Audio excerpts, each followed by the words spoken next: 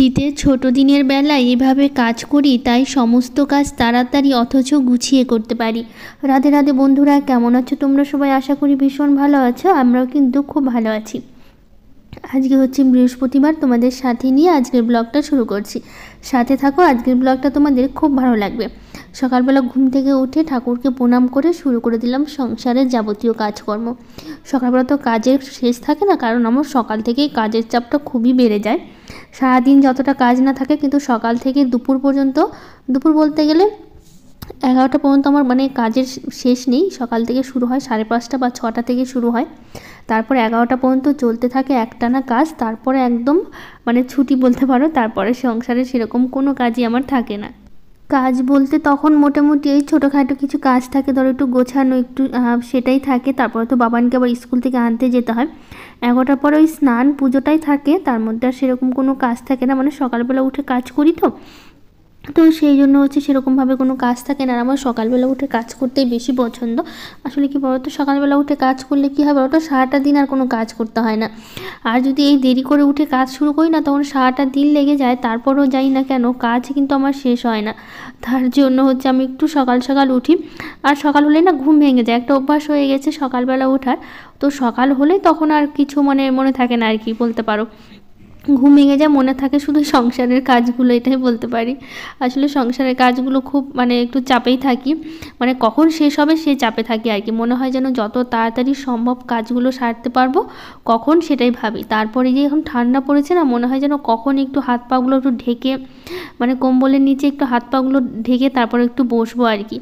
নইলে সারাটা দিন এই যে কাজ করতে থাকি, তারপর না কাজ শেষ হয় না আমার।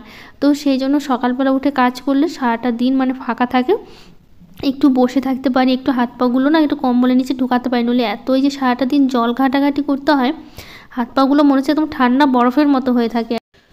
তো মধুমিতা বোন বলেছে, দিদি তুমি এত সকালে উঠো না, এই ঠান্ডার মধ্যে ঠান্ডা লেগে যাবে। তো সেটা তো একটা ভয় আছে আমারও, কারণ হচ্ছে এত জল ঘাটাঘাটি করি না, তো আমিও না সেটাই ভাবি আমার আবার ঠান্ডা লেগে না যায়। আসলে এই ঠান্ডা লাগলেও প্রচুর কষ্ট হয়, এই যে সর্দি লাগে না, তখন সারতে চায় না, আর কাজ করতেও অসুবিধার, প্রচণ্ড মাথা ধরে, খুবই খারাপ লাগে। কিন্তু কী করবো বলো, বাড়ির সকাল সকাল উঠে একটা কাজ করতে করতে অভ্যাস হয়ে গেছে। তো সকালবেলা কাজ করলে একটা টাইমের মধ্যে কাজ যদি শেষ না করি না, তখন না মনে হচ্ছে না আর ভালো লাগে না। 12টার মধ্যে সব কাজ শেষ করতে পারলেই ঠিক আছে। 12টার মধ্যে স্নান পুজো হয়ে যায়। গরমের সময় তো সেই সকালবেলা উঠেই হচ্ছে আগে স্নান পুজোটা করি, তারপরে রান্নাটা বসাই। কিন্তু এই শীতের সময় না একদমই পারছি না সকালবেলা উঠে স্নান করতে। তার মধ্যেও হচ্ছে শীতের সময় একটু হলেও গরমের টাইমে, গরমের সময় তো 5:30টায় উঠে পড়ি, শীতের সময় মোটামুটি 6টাও বেজে যায় উঠতে উঠতে। তো এই স্নান পুজোটা সকালবেলা করতে পারি না। আর যে ঠান্ডা না, খুবই অনেক কষ্ট হয়। গরম জল করে স্নান করলো না, অনেকটা সকালবেলা স্নান করতে পারি না আর কি এখন। তো সেই জন্য হচ্ছে একটু দেরি করে উঠি। তারপরে তো যে কাজকর্ম করতে করতে তো সকালবেলা রান্না থাকে, তো কী করব বলো। আর সকালের এই বাসি কাজগুলো না করে তো রান্নাও করতে পারি না, রান্নাঘরে ঢুকতেও পারি না। তো সেই জন্য এই করতে করতে দেরি হয়ে যায়। আর এত বড় বাড়ি, বুঝতেই পারছো, 3টে ঘর, সেগুলো পরিষ্কার করা, ডাইনিংটা আছে, গ্যারেজ রুমটা আছে। গ্যারেজ রুমটা তো তোমাদের সাথে শেয়ার করাই হয় না কখনো। ওই ঘরটা একটু পরিষ্কার করতে হয়, তার বাইরের উঠোনটা ঝাড় দেওয়া, এই করে করে না অনেকটা সময় লেগে যায়। তারপর তো তোমরা জানোই যে সকালবেলা ওদের স্কুল থাকে 10টার দিকে, 9:30টার মধ্যে আমাকে আবার রান্নাটা শেষ করতে হয়, নইলে আবার হচ্ছে দেরি হয়ে যায় এদের খাওয়া দাওয়ার জন্য। আবার বাবানকে রেডি করা স্কুলের, এই করতে করতে না তারপরে কাপড় কাচা, তারপরে হচ্ছে স্নান পুজো, ঘর বাড়ি মোছা, তারপরে তো আবার বাবানকে স্কুল থেকে আনতে যেতে হয়। নইলে সময়ের মধ্যে কাজ শেষ না করে যদি একটু না বসি, আবার যদি সেই দৌড়াদৌড়ি করে বাবানকে আনতে যাই না, তখন না অনেকটা চাপ হয়ে যায় আর কি। তো সেই জন্যই তাড়াতাড়ি কাজগুলো সেরে একটু বসি, একটু আরাম করি। তারপর আবার সেই বাবানকে তো বুঝতেই পারছো আনতে যেতে হয় আর কি। তো সেই জন্য একটু সকাল সকাল উঠে কাজ করার চেষ্টা করি। তো রিম্পা মণ্ডল দিদিভাই বলেছে ঠাকুরের কাপড়গুলো না খুব সুন্দর হয়েছে। দিদিভাই বাবান কোন ক্লাসে পড়ে? তো বাবান হচ্ছে তো এবার ক্লাস 1-এ, তো ফাইনাল পরীক্ষা দিয়ে দিল, তো 2-এ উঠবে আর কি। তো দিদিভাই অনেক অনেক ভালোবাসা তোমাকে, আর তুমি এত সুন্দর একটা কমেন্ট করেছো সেই জন্য। তো এই যে এখন দেখো উঠোনের হচ্ছে এই ঝাড় দিচ্ছে এখন উঠোনটা। আর হচ্ছে উঠোনে যে কী বলবো, প্লাস্টিকগুলো বাবান হচ্ছে ফেলে রেখেছে আর কি। ও কী করে বলো তো, ঘরের মধ্যে যা যা আছে বাইরে ফেলবে, নয় জানলা দিয়ে কিছু না কিছু ফেলে রাখে, তারপর উঠোনটা একদম নোংরা করে রাখে। আমি তো সারাটা দিন এগুলো গোছাতে থাকি। তো তারপর ওইদিকে চলে আসলাম হচ্ছে এখন গাছে জল দিতে, কারণ হচ্ছে কয়েকদিন হলো না গাছে জল দেওয়া হচ্ছিল না, তার মধ্যে তো রোদ ছিল না দেখে না আরও গাছে জল দিইনি, যদি গোড়াটা গাছের গোড়াটা শুকাচ্ছিল না। তো এখন দেখছি যে গাছের গোড়াটা অনেকটা শুকিয়ে গেছে, তো ভাবলাম কি একটু বেশি দিচ্ছি না, অল্প অল্প করে একটু গাছে জল দিয়ে দিচ্ছিলাম আর কি। তো গাছে জল দিয়ে তো এইদিকে দেখো কলাটা পাড়ছে আমাদের। আসলে এটা দিয়ে হচ্ছে গোপাল পুজোর জন্য কলাটা মানে লাগবে, তো সেই জন্য আমার শ্বশুরমশাই এসছে আর কি। ও মানে বাবানের বাবা ডেকেছিল, কারণ একা একা তো পারতে পারবে না, তো দুজনে মিলে আর কি পারবে।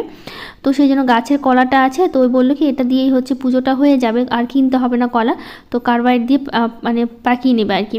তো এইদিকে কলাটা পেরে নিল। এইদিকে দেখো কলা পাড়তে যায় আমার ফুলের গাছের কী অবস্থা জানো তো, আমি না একদম কেটে ফেলেছি, একদম চোখ দিয়ে জল বেরিয়ে গেছিলো এই গাছের অবস্থা দেখে। এদিকে ডাল ভেঙে গেছে, আর যে গাছটাতে কুড়ি এসে ফুল ফুটবে কদিন পর সেই গাছের ডালটাই ভেঙে পড়েছে একদম। এটা তো ভেঙে গেছে, আরও ছোটো ছোটো অনেকগুলো ডাল ভেঙেছে, যেগুলো তো বাইরে ফেলে দিলাম। আর অনেকটা গাছের মাথাগুলো আর কি কুড়ি এসছে না, সেগুলো একদম মানে ভেঙে ভেঙে গেছে আর কি। এত মন খারাপ হচ্ছিলো না, আমি না মানে কী বলবো, দেখে আমার চোখে জল আর কি, কেঁদেই ফেলেছি শেষে। কী করবো এখন, আর তার মধ্যে হচ্ছে অনেক মানে ও চেষ্টা করলো যাতে গাছের উপর না পড়ে, কিন্তু এখন পড়ে গেলে ওরও কিছু করার নেই আর কি, ওই বা কী করতে পারে। তো আমি ওকে বললাম যে তুমি কী করলা বলো, তোমার গাছটা ভেঙে দিলাম। তো ওই বলছে আমি কী বা করতে পারি, তো আমি তো চেষ্টা করলাম যাতে গাছের উপর না পড়ে। তার মধ্যে একদম মানে কলা গাছে গোড়ার ওই দিকটাই তো সব ফুলের গাছগুলো না, এখন কি করা যাবে আর। তো এইদিকে দেখো কলাগুলো কাটছে আর কি, এগুলো কার্বাইড দিয়ে বাবানের পাপা হচ্ছে দিয়ে দিল আর কি। তো যখন পেকে যাবে তখন তোমাদের সাথে একটু শেয়ার করবো আর কি। তো এইদিকে কার্বাইড দিয়ে রেখে দিয়েছে, কার্বাইডে নিয়ে এসেছিলো আর কি। তো শীতের কলা তো একটু সময় লাগবে কদিন, তো সেই জন্য একটু আগেই দিল। আর সোমবারে তো গোপাল পুজো, তো আজকে তো বৃহস্পতিবার, এখনও হাতে টাইম আছে 3-4 দিন, তো 3-4 দিনে পেকে যাবে আশা করি। তো শীতের সময় একটু দেরি লাগছে, গরমের হলে তো 2 দিনেই পেকে যেত, তো ঠান্ডার সময় না একটু সময় লাগবে। তো সেই জন্য হচ্ছে বাবানের পাপা হচ্ছে কলাগুলো সব সুন্দর করে কার্বাইড দিয়ে রেখে দিয়েছে আর কি। তারপরে চলে আসলাম এখন ঘরে রান্না করব। তো আজকে রান্না করব মাছের ঝোল রান্না করব। তো কালকে তো বুধবার ছিল না, কালকে বুধবার হচ্ছে আমাদের এখানে হাট বসে, তোমাদের তো অনেক সময় শেয়ার করি। তো হাট থেকে মাছগুলো এনেছে, রাতে কিছুটা মানে রান্না করিনি, ঝোল শুধু ভাজা খেয়েছিলাম রাত্রেবেলা। তো সেই জন্য হচ্ছে মাছ ভেজে রেখে দিয়েছি, কারণ আমার তো ফ্রিজ নেই, কাঁচা মাছ রেখে দিতে পারবো না, আমাকে ভেজেই রাখতে হয়। তো সেই জন্য হচ্ছে মাছগুলো ভেজে তারপর রেখে দিয়েছিলাম রাত্রেবেলায় আর কি।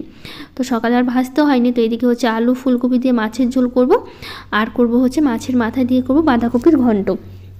তো হোম মেকার সাবিনা ব্লগ থেকে দিদিভাই বলেছে, দিদি তোমার ফুল গাছগুলো একটু ভালো করে দেখাবে। তো দিদিভাই এরপর অবশ্যই দেখাবো। তো আজকে তো একটু দেখালাম, তুমি বুঝতে পেরেছো কিনা দেখে বলো।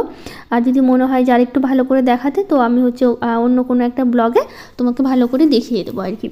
তো এদিকে হচ্ছে মাছের ঝোলটা আলু ফুলকপি দিয়ে করবো, তো সেই জন্য ফুলকপিটা না প্রথমে ভেজে তুলে রাখলাম, রেখে তারপরে হচ্ছে তেলের মধ্যে এই যে জিরে ফোড়ন দিয়ে এই আলুগুলো দিলাম, দিয়ে তো এদিকে লবণ হলুদ দিয়ে ভাজতে দিয়েছি। একটু ভাজা ভাজা হলে তারপরে যে বেটে রাখা মশলা মানে আদা জিরা লঙ্কা আর কি। তো টমেটো ছিল না, টমেটো থাকলে হচ্ছে টমেটো দিতাম, তো টমেটো আবার ছিল না, তো সেই জন্য টমেটো আর দেওয়া হলো না। তো এইদিকে দেখো মশলাটা বেশ সুন্দর করে কষিয়ে নিয়েছি, নিয়ে তারপরে দিয়ে দিলাম জল। তো এর মধ্যে হচ্ছে ভেজে রাখা যে ফুলকপিগুলো আছে না, সেই ফুলকপিগুলো দিয়ে দেবো, তাহলে একসাথে দুটো সুন্দর সেদ্ধ হয়ে যাবে। তারপরে হচ্ছে মাছগুলো দেবো। তো এদিকে ফুলকপিগুলো দিয়ে দিলাম, দিয়ে তো এখন কিছুক্ষণ ফুটতে দেবো, এটা মানে ঢাকা দিয়ে রেখে দেবো, তাহলে তাড়াতাড়ি সেদ্ধ হয়ে যাবে। তো এদিকে দেখো অনেকক্ষণ সেদ্ধ করে নিয়েছি। তারপর এখন এই যে কিছুটা মাছ দিলাম, আবার কিছুটা রেখে দিতে হবে, কারণ অনেকগুলো মাছ নিয়ে এসছে, তো এতগুলো মাছ হচ্ছে লাগবে না আর কি, তো আবার কয়েক পিস রেখে দিতে হলো আর কি। তো এদিকে দেখো মাছের ঝোলটা আমার একদমই হয়ে গেছে। তো এদিকে মাছের ঝোলটা আমি নামিয়ে নিচ্ছি, নিয়ে তারপর এখন এখানে দিব হচ্ছে বাঁধাকপিটা করে নেবো আর কি।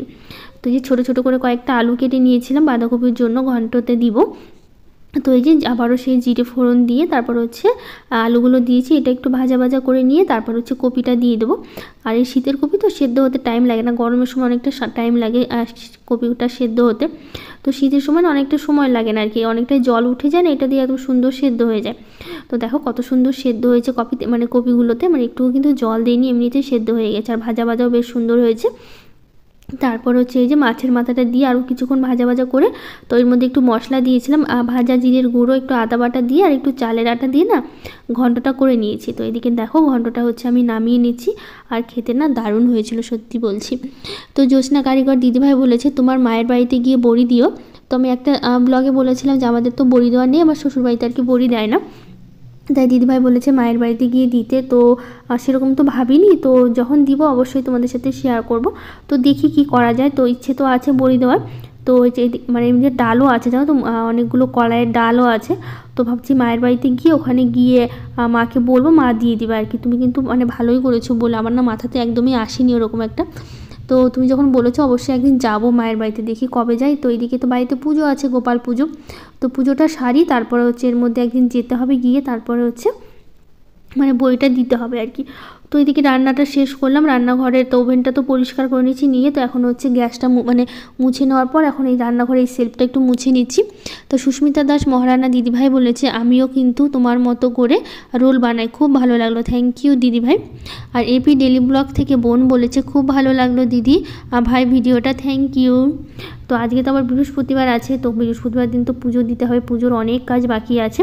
তো এইদিকে রান্নাঘরটা পরিষ্কার করি, তারপর ওদেরকে খেতে দেবো, ওরা খেয়ে দিয়ে বেরিয়ে যাবে, তারপরে হচ্ছে স্নান করব, স্নান করে তারপরে হচ্ছে পুজো দেবো।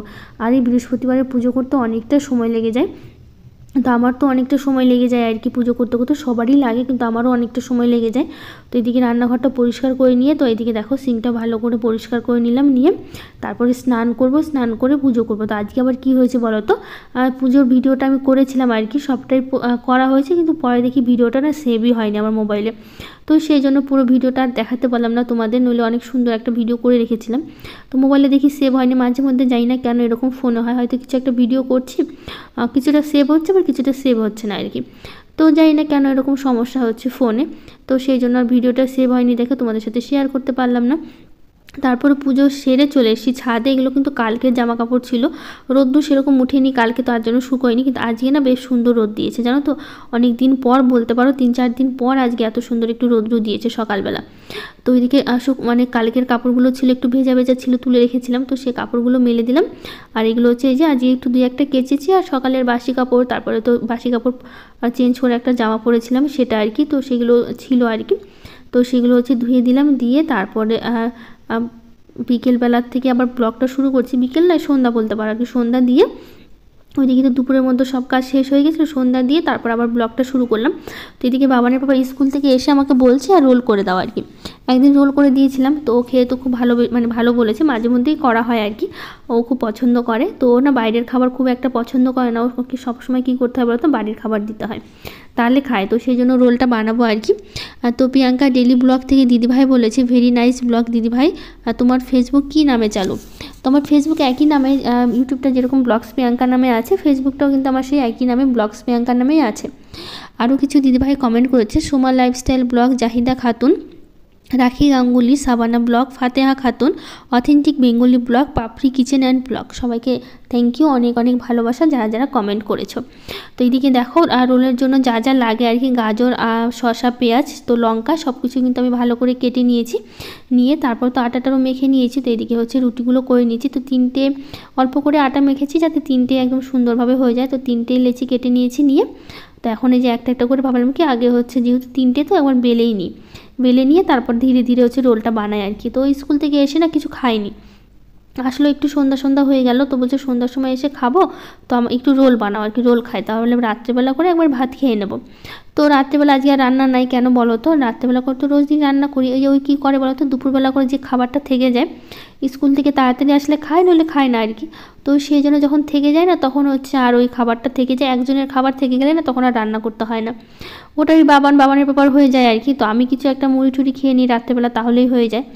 তো সেই জন্য ভাবলাম যে রোলটা করেছি, রোলটা খাওয়ার পর আমাকে রাতে খেতে হবে না আর কি, এরকমই মানে কিছু একটু খেলেই আমার পেটটা জানি না কেন ভরে যায় আর কি। কিন্তু বাবানের ব্যাপার আবার ভাত না খেলে হয় না, তার জন্য ওর জন্য সবসময় ভাত রাখতে হয়। তো প্রথমে তো রুটিগুলো হচ্ছে একটু সেঁকে নিয়েছি, নিয়ে তারপর হচ্ছে এখন একটা একটা করে রোল করে নিচ্ছি। তো এদিকে ডিমটা দিয়ে দিলাম, তো ডিমটা দিয়ে এখন হচ্ছে ভেজে রাখা যে রুটিটা ওটা দিয়ে দেবো, দিয়ে তারপর হচ্ছে একটা একটা করে নামিয়ে নেব। তো রুটিটা একটু হালকা ভেজে নিয়েছিলাম প্রথমে, যাতে হচ্ছে একটু তাড়াতাড়ি হয় আর কি। তো আজকে একটু অন্যভাবে করছি, অনেক সময় কী করি একবারই হচ্ছে দিয়ে দিই, যাতে হচ্ছে ভাজাও হয়ে যায় তেলের ওপরে, তারপরে ডিমটা দিয়ে। তো আজকে আবার কী করলাম বলো তো, একটু রুটিটা আগে থেকে একটু ভেজে নিলাম, তারপরে হচ্ছে আবার তেলের ওপর দিলাম আর কি, আগে তো শুকনো ভেজে নিয়েছি আর কি, তারপরে তেলে ভেজেছি একটু হালকা করে। তো এইদিকে হচ্ছে রোলগুলো সব বানানো হয়ে গেছে, 3টেই বানিয়েছি, তারপরে হচ্ছে 3জনের জন্য আর কি বানিয়ে নিয়ে, তো এখন হচ্ছে যে একটু একটু করে সাজিয়ে নিচ্ছি, পেঁয়াজ, শসা, গাজর, তো একটু লঙ্কা দিব। তো এটা হচ্ছে বাবানের জন্য করছি, তো ওরটা আবার হচ্ছে লঙ্কা দিচ্ছি না, কারণ ও ঝাল খেতে পারবে না, তো সেই জন্য ওরটা লঙ্কা দিচ্ছি না। একটু চিলি সস হলে ভালো হতো, যেহেতু নেই তো টমেটো সস দিয়ে কাজ চালাতে হচ্ছে। আসলে খুব সাধারণভাবেই করছি, সেরকম কোনো মশলা টশলা নেই আর কি। খেতে কিন্তু ভালোই হয়, একবার সিম্পলভাবে করলেও কিন্তু খেতে দারুণ হয়। যতই আমরা বাড়িতে বানাই কিংবা কিন্তু দোকানের মতো কিন্তু সেই স্বাদটা আমরা পাই না কখনোই। বাড়িতে এত সুন্দর যত্ন করে সব কিছু ভালো ভালো জিনিস দিয়েও বানালেও কিন্তু সেই দোকানের মতো স্বাদটা আমরা কখনোই পাই না। কিন্তু খেতে বলতে সত্যি বলছি অসাধারণ হয়েছিল খেতে। বাবানের ব্যাপার তো খুব পছন্দ, তো স্কুল থেকে এসেই বলছে রোল করে দাও আর কি, তো সেই জন্য আর কি করে দিচ্ছি। তো এবার 3টা বানিয়ে নিলাম, নেওয়ার পর একদমই রেডি। তো 3জনের জন্য 3টে বানিয়ে নিয়েছি। তো যাই হোক, আজকের ব্লগটা আর বড় করবো না, এখানে শেষ করবো। ভালো লাগলে লাইক শেয়ার কমেন্ট করে দিও, আর আমার চ্যানেলটাকে সাবস্ক্রাইব করে দিও। তো আজকের মতো টাটা, দেখা হবে নতুন একটা ব্লগে।